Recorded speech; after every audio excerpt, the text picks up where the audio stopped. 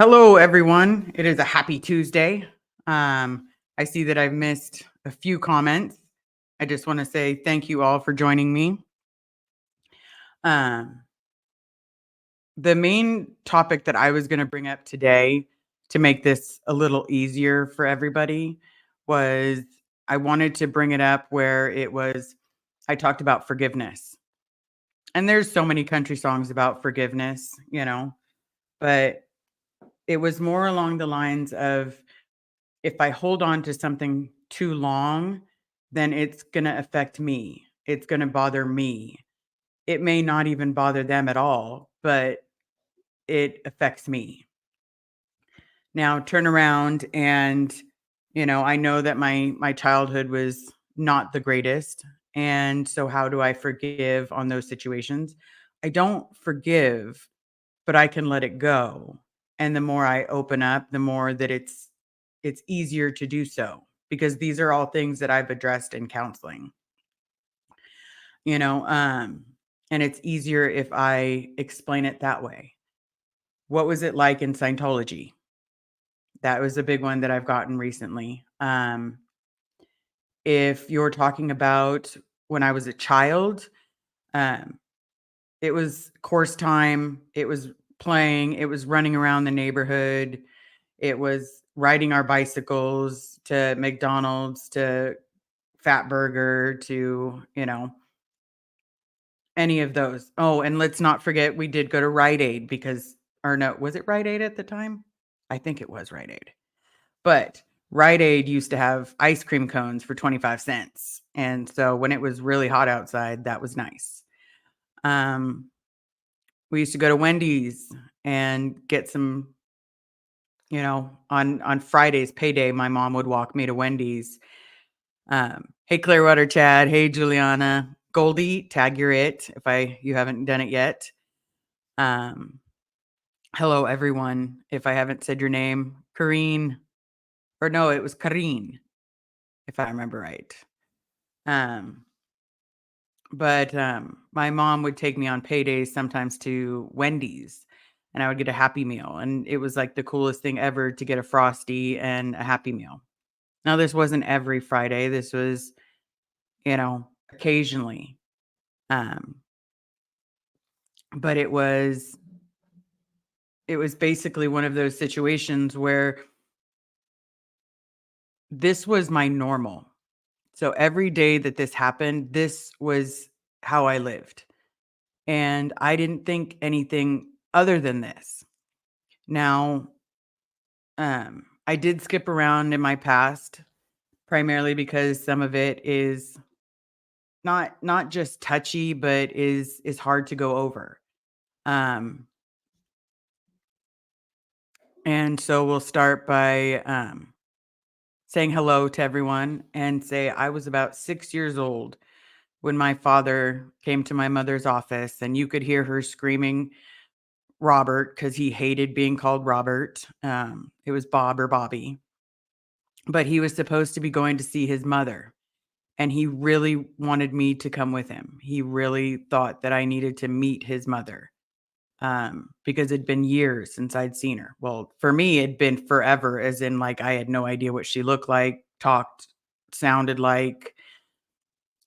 And then all of a sudden, it was excitement. Like, I get to go meet some other family. Like, I get to meet my dad's family. I wonder if they're going to look like him. Do I look like them? It was just those situations that, popped up. And my mom told me, "Well, congratulations, you get to ride your first train." What? What do you mean a train? Like like the kind that keep crashing? Because of course, I'd only ever read of 2 stories or heard of 2 stories when I was up at my grandma's, and that was a train crash. Um, so in the process of that, I sucked up my gut. I did the whole we can do this, and we hopped on the train, and it was actually really cool to walk around. There was a little cabin area that we had. It was just him and I, and um, there was a little food cart area, so that was different. None of the food sounded very good. Um, then you turn around and We get to my grandma's house, and it was nothing against people that live in mobile home parks, but I had never been in one. That was my first time. And so I kept, you know,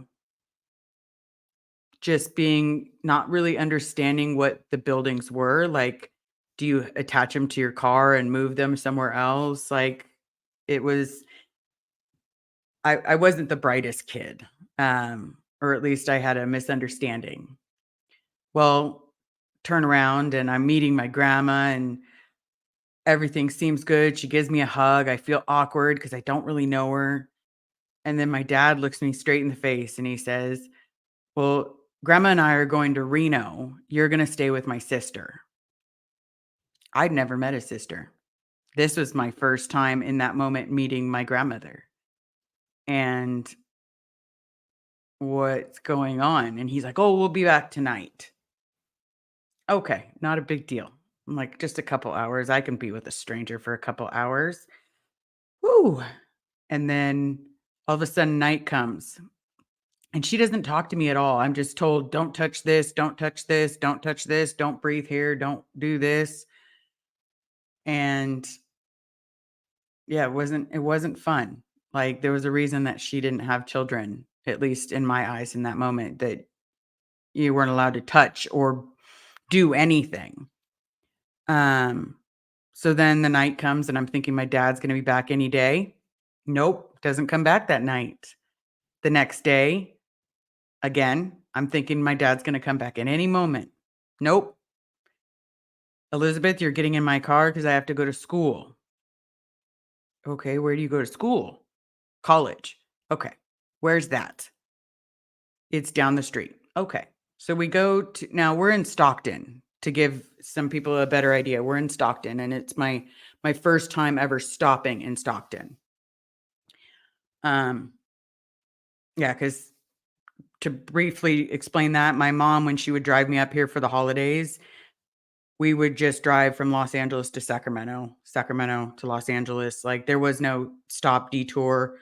There's usually, like, a gas station in the middle of nowhere she would always get gas at. But other than that, you know, not a lot of stopping on the way. And so my aunt decides that she's taking me with her to class. I thought I was gonna be able to sit inside the classroom. No. I was told to sit outside in a picnic bench. And yes, I'm 6 years old.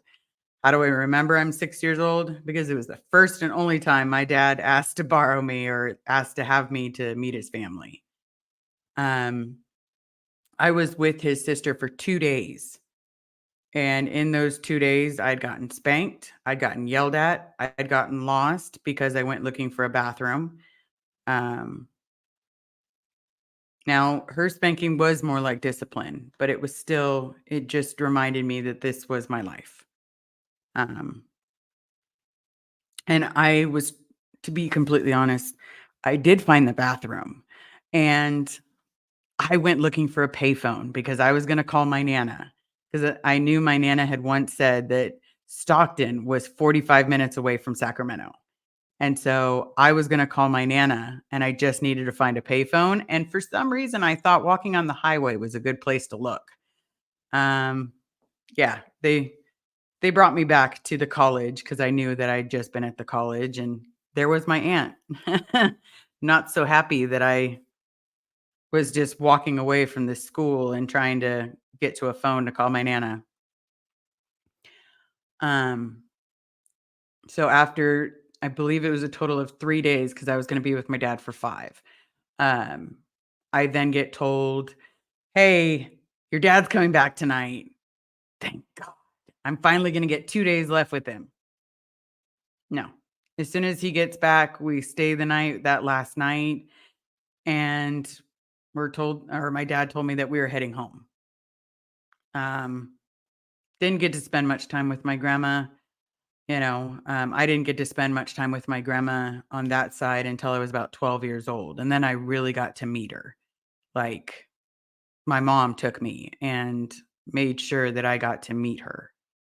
Um, but that's just one incident. Now, do I need to forgive her or forgive myself. Well, I've already forgiven myself. I was a child. I didn't know any better. Forgiven her. There's nothing to forgive in that scenario because shit happens. Move past it and move forward. Um, Now, do some people have the childhood that I had? Scars everywhere, going through windows. Um, Probably not. But there was a part of me that hoped once I found out that my dad was possibly alive that more people weren't gonna come out of the woodwork saying that they were told that their relative was dead, and unfortunately, that's just not it. More people keep getting or being told, "Yeah, they said I was dead." Well, not me, but, like Sergio Malinsky, his family thought he was dead. People were saying that he had died. So it almost makes me curious as to what on earth they're telling my father. Um, and I could speculate until I'm blue in the face. Oh, it's because I'm talking out. Well, talking out has only started when I was 43. So explain some of the distance in those years. Um, but the basic situation is we didn't have a lot of options. It was like we were the little rag doll that the kid carries around.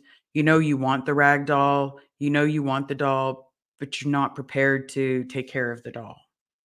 And that's how it felt. Like I wasn't a person, I wasn't a human being. I was just something to be admired and enamored. Um, Now for the love of my dad, I've always been a daddy's little girl, and I mean always. Um, I thought my father taught me how to ride skates because there's pictures of us with me trying to figure out how to skate when I was really little. My mom says I was 3, but I guess I was trying to learn how to roller skate. Before everybody gets all upset, they were training roller skates. So, the 5 wheels and all that other good stuff. Not rollerblades. But, I thought he was this man that was always gonna be there to rescue me. He was always gonna smell like smoke. He was always gonna give me a hug. He was always gonna, his mustache would tickle my forehead when he gave me a kiss. It's just he was that guy for me. But then you have years of empty promises of Christmas cards and birthday cards, and you just have to grin and bear it and grin and bear it. Well, I had too many years of grin and bear it. And then I joined the Sea Org. Now we're skipping ahead, but I'm trying to give it a better narrative. I joined the Sea Org, and then he comes up to me while I'm being security at an event, and I did not recognize him. It was one of those scenarios where I had this man staring at me and saying, "Hi, Elizabeth." And I'm sitting there like, you know, "Who are you?" Kind of thing. But then it dawns on me who he is. And I was like, "Oh my God. Hi, Robert." You know, and he's like, "I'd like you to meet my wife," and introduces me to his wife. And she was wearing this like multicolor chiffon or whatever you ladies call it when there's sparkly things everywhere. And he was just wearing like a suit from the 70s, like probably the one he got married in. Um, yeah. So it was an awkward encounter, uh, but it did lead to us talking and him saying that he was sorry and him saying that he loved me. Um, and then the next time I talked to him was a letter and then a few more letters. And then he came to set up for the gala. That's the big event that they hold. Um, I see a couple people popping up with questions. If I'm gonna try to star them and go back to them, so please don't let me forget. Um, but oh, thank you. Um, let's see, Slighton horse. I'm probably butchering that.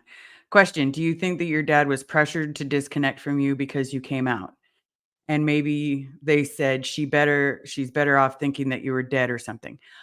That is a huge possibility that I look at it now. In the moment, I did not look at it like that because I figured everything was gonna be okay, especially after we had just had this amazing talk where he made a joke, I said my piece, he didn't say, "Well, that's out ethics," he didn't say anything nasty. It was just a good talk, and it gave me hope for telling anybody that I was gay that it was gonna be super easy. Um, do I think that they said I'm better off dead? Yeah, there's a huge possibility because in Scientology, being gay is a big cardinal sin, you know? It's almost like what you get out here where they say, or at least that I've experienced in the outside world where they say that being gay is contagious or it's a choice, it's unfortunately each group or topic thinks differently on it, but I can promise I was born this way. Okay. Seems like they say that people who are alive have died. When someone actually dies, they don't say anything.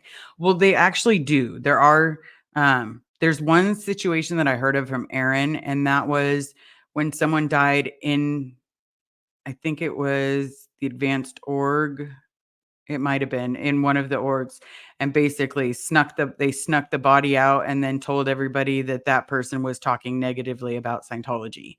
If I'm remembering Aaron's story correctly, someone had died and they said that they were alive. So that way people wouldn't wonder about them. If you're talking ill will, then no Scientologist should talk to you. That's just out ethics. Um, so back to the story. I in the Sea Org, everything's good. We're finally having a decent conversation. Well, at the end of the gala, I get told by my boss that you're ordered to go hang out with Gold. I didn't quite understand that. And then my dad walked in and he was like, "So you're coming with us to Magic Mountain?" And I was like, I'm doing what? No, I've got to work. You're like, I don't understand what's going on." And my boss had been saluting my my father, and I was just talking to him like he was my father. So my dad said he had to go sign something real quick and then he'd be right back and we'd talk about it. Well, as soon as he left, I got in trouble for not calling my father sir, not standing up and saluting because he is my father and he is at a higher org than I am. My mom had always told me that if she was there to visit me as my mom, she's my mom. If she's there to visit me as the LRH calm, she's the LRH calm. Um, so the idea of saluting my dad was preposterous. But then she told me, "Well, yeah, you're going with Gold to Magic Mountain tomorrow. It's already been taken care of. It's already covered. You've got tomorrow off." Well, what the hell? I don't want to go to Magic Mountain. I don't want to do that. Um, but I got ordered to. That was so it wasn't a lot of fun for me there. I didn't go on any of the rides. I basically smoked like 3 packs of cigarettes and hung out with his wife and him, and we walked around the park, but realistically, we didn't ride any rides, So it was and I'm a ride person, I'm an adrenaline junkie, but it wasn't that much fun, especially when you're being ordered to be there. It makes it very difficult to see the fun. And so my dad and I continued writing letters back and forth. Everything seemed fine. I left the Sea Org. His letters had stopped right when I was put on deck for the last time. They'd all stopped, or at least they'd stopped being delivered to me. Um, it turned into one of those situations where it was like, "Oh, great, he's never gonna talk to me again." Like, I'm so out ethics, and I questioned myself left, right, forward, and center. And after being on decks for a little over a month and a half, almost 2 months, um, I tried to jump off the building. And again, I thought, oh my god, I'm not even gonna say goodbye to my father, like, I'm not gonna say goodbye to any of my friends. I any family that loves me, I'm not saying anything to them. Screw this. I'm not chancing them stopping me, but I'm never gonna get to. And it just got worse. Then people pretended to be my friend, told me their personal secrets and, made life hell. Anybody that you had that you thought was a friend was not, because they would scream at you to your face like you're this out ethics piece of garbage. You would have thought that I'd murdered someone, when I wrote the letter to RTC because they were trying to send me to Florida. You would have again thought that I murdered someone. Um, but in all of that story, the main thing that comes to play is I I have to forgive myself for running to the mailbox every single day. I have to run to check to see if it's been delivered to my grandmother's house, or maybe he's got the wrong address, even though he sent stuff, but just not when he promised he would. Um, it was just those things that accumulated. And then I find out that he died, or at least I was told he died. And then it was why, wow, like I don't even get a chance for, what if I wanna be walked down the aisle? And, I don't. But in that moment, that was the thoughts that crossed my head is that, who's gonna give me away at a wedding? And then suddenly you realize that you don't need someone to give you away, that he wasn't there very much. I love him, but maybe he passed peacefully. You know? Then finding out that he's alive and he's so close. Like, when we were at Gold, there was the fence. If he's just somewhere on the other side of one of these fences. And so it's just a matter of making enough noise so that way he's on my side of the fence. And so that's why I'm here, because sometimes is it hard to open up? Yes. Sometimes is it hard to explain what life was like? Yes. Um, I did see this one. Question, Selma. How old were you when you left the state? I was 20. I was a whopping 20 years old and thought I was a big grown up. I'm an adult. And then I cried the whole way home because I was terrified of how my mom was going to react. Um, and so it's just one of those things where you're just oh, okay, sorry. Um, hopefully that answers the question, but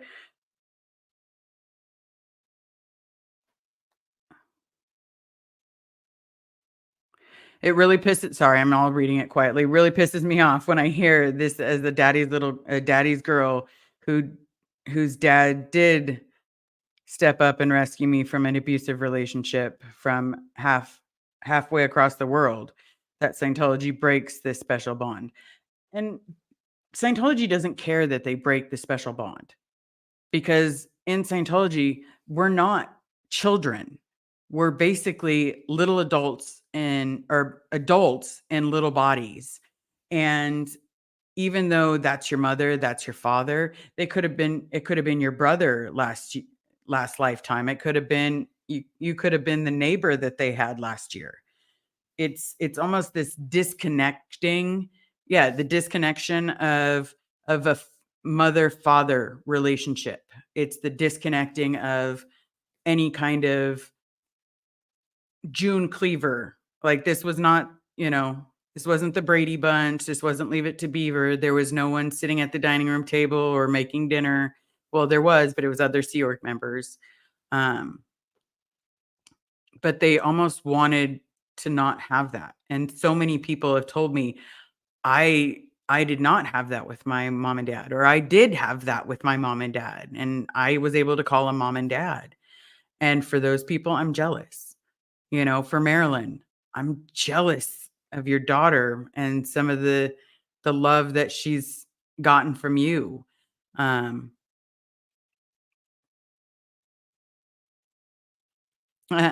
um, but yeah, disconnection. Sorry, I'm gonna click this one. Disconnection from a family bond, because it was almost like forced, even though there's dynamics to life and these are supposed to be the main ones you live by.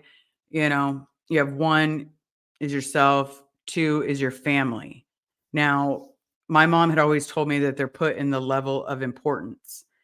um but it was more along the lines of three is the group, four is the world, but three was obviously should have been put at number one because that meant more than one, two, or four. It's not about the world, it's all about the group. um at least for me.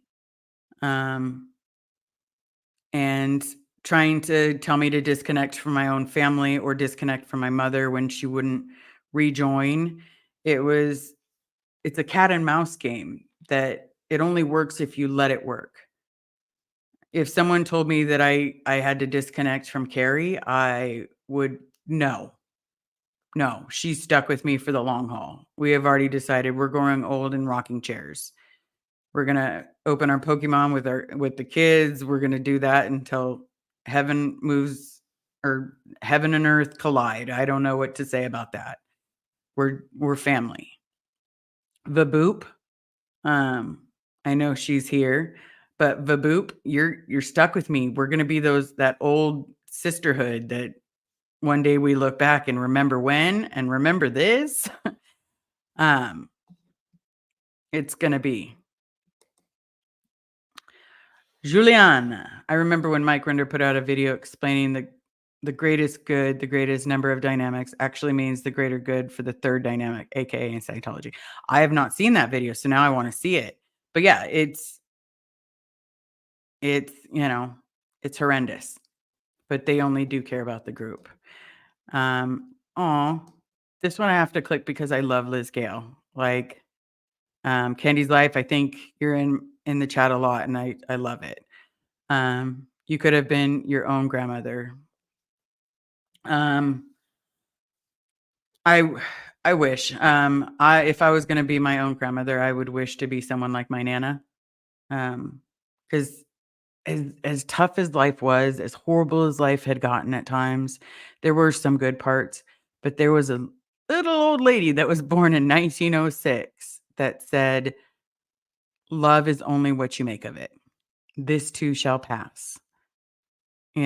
She would open puzzles with me, and it would be like doing the most non-expensive thing, just watching Murder, She Wrote for hours. And so if I was gonna be that, I would be her, 'cause she definitely showered me with love.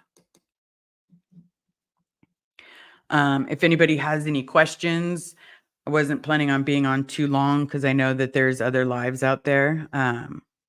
But the main thing I wanted to let people know is that, my father and I had what we could have, knowing that, the relationship we could have with Scientology. Um,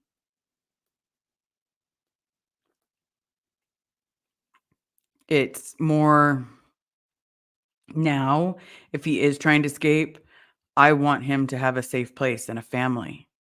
And I'm going to give him everything that he wasn't able to give me because he was so warped, and not warped because it was his belief. He was believing this at a point in time that it's okay and he's loved and he's still my dad.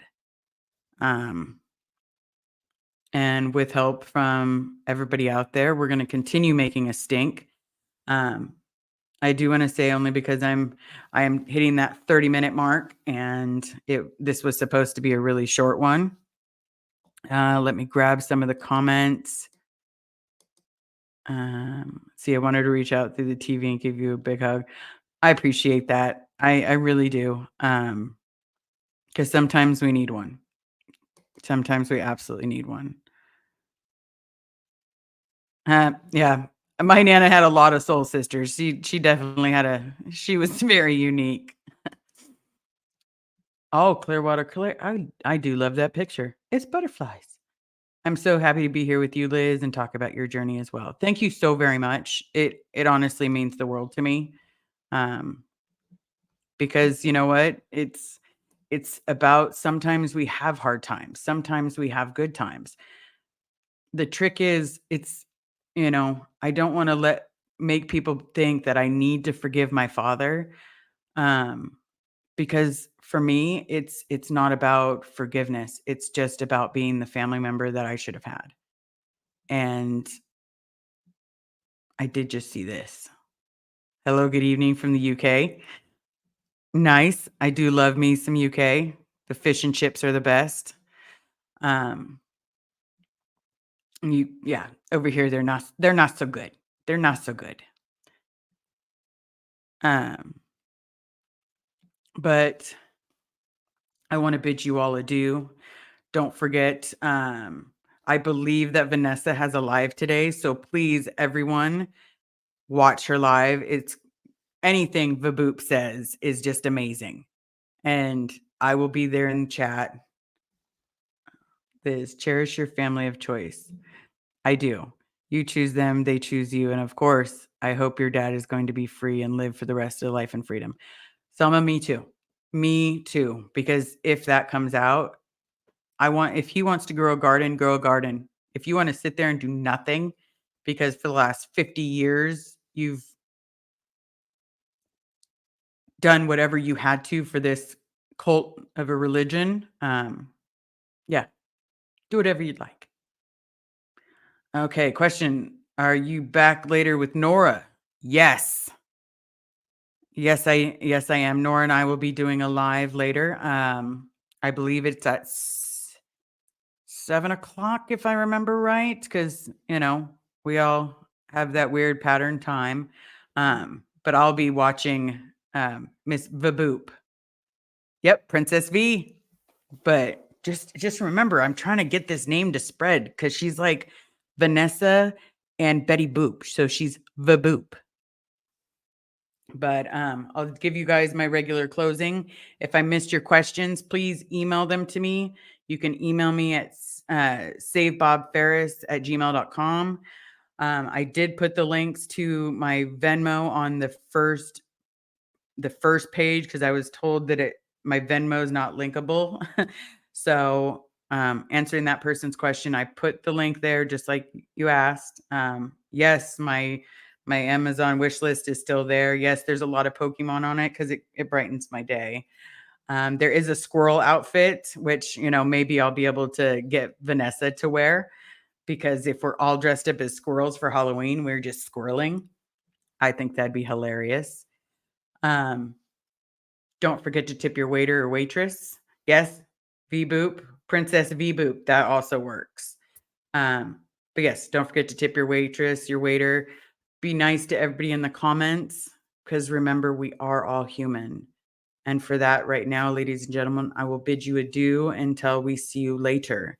Again, I'll be live with Nora at, I believe, 7 o'clock, but Vaboop will be doing a live today, and I want you all to watch. All right. Thank you so much. Have a great rest of your day.